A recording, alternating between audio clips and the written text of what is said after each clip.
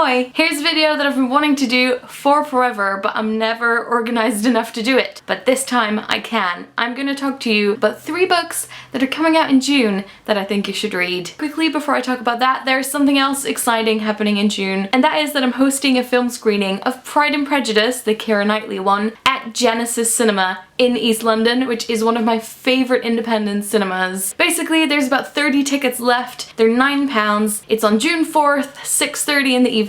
If you want to come hang out with me and watch my favourite film ever, I think Lex is going to be there and Lena's going to be there and maybe some of my other friends as well. Link to buy a ticket will be in the description. Apparently they're showing the film in 35mm, which is really good. I don't know a lot about film, but I've never seen this film on the big screen before, so I couldn't be more excited. So if that sounds good to you, come hang out with me on June 4th. Okay, on to the books. You guys know I get proof copies from publishers, and because I work at a publisher as well, I get proof copies from there. It just means that I can read the books before they're actually out. And this time I was actually organized enough to read 3 books that are coming out in June. I sort of want to say that these are all like slightly alternative beach reads. I'm gonna start off with this one, which is Vinegar Girl. It is published by Vintage, which is part of Penguin Random House, where I work. This is part of the Hogarth Shakespeare series, which I've been dying to read. And they're basically adaptations of Shakespeare plays written by really well-known authors. This one is by Anne Tyler. I haven't read anything by Anne Tyler before, and it is an adaptation of The Taming of the Shrew, which I also haven't read before,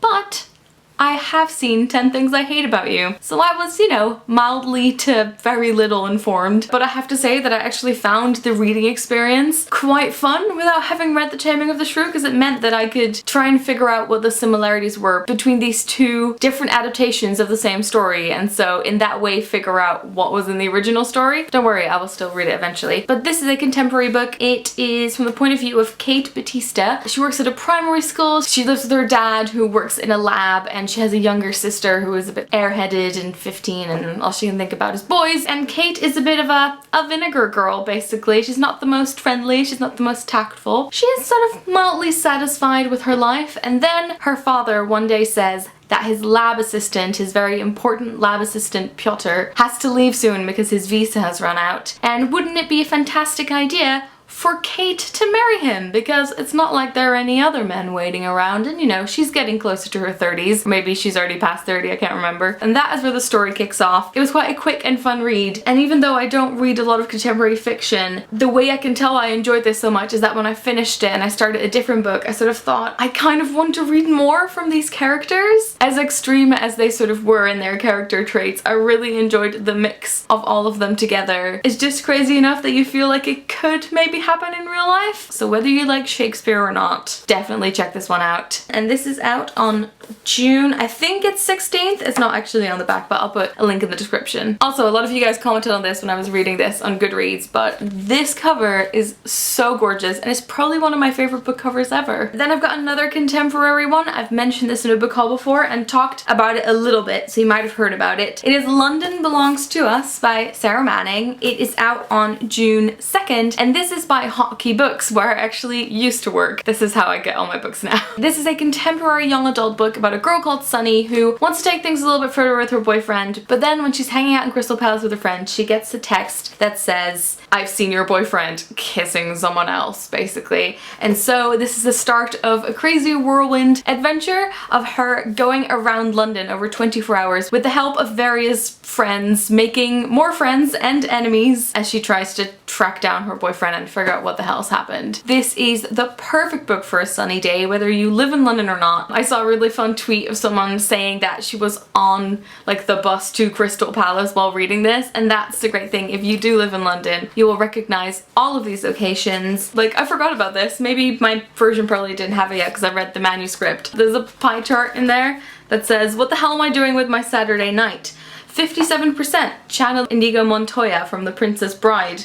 2% kind of needing a wee, to be honest with you. There's cute boys, there's stubborn best friends, there is rail replacement buses. If you want something fun that you can like pop in your bag and probably read in 24 hours, I'd recommend this. For the last one, we're gonna go a little bit darker. This is The Girls by Emma Cline. Now, I could show you my original proof copy, but I took it to Paris and it got entirely soaked when I was at Versailles. It looks so bad. Also, a testament to how much I like this. This is a very heavy, big proof I went to Paris with only a backpack, and I took this because I didn't want to leave it behind. This is also published by Vintage. While it is very summery, has a bit of a different twist. This is basically about the Charles Manson murders slash cult around him, which I had never heard about. I don't know why I was out of the loop. Apparently it's very famous and I didn't know about it. And this is an adult book, but since it's told from the main character's point of view and it then flashes back to, I think, 1969 when the character is about 14, 15. It reads like a mix of like adult and YA fiction, if that makes sense. It's about Evie Boyd, whose like mother isn't really paying that much attention to her, and she's sort of talking about how it's the 60s and everyone's kind of doing what they want to do and sort of running away, etc.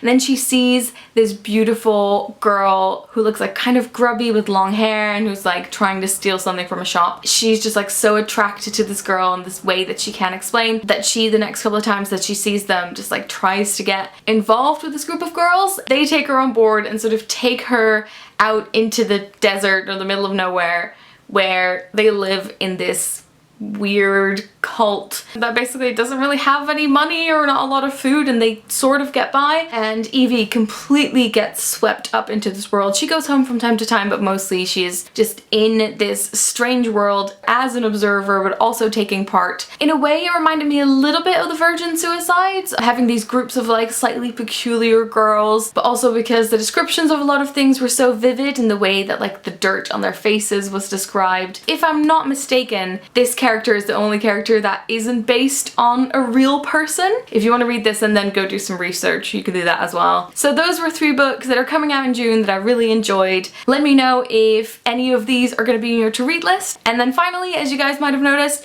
I've got some new glasses. I actually was talking to Specsavers recently and they said that I could pick out a pair of free glasses, and here they are. I don't know if I can like find this on the website and put a link to it in the description, but if I can, I will. I guess that's the end of the video. Reminder, if you want to book a ticket to come see Pride and Prejudice with me, link will be in the description, and I will talk to you guys later. Doei!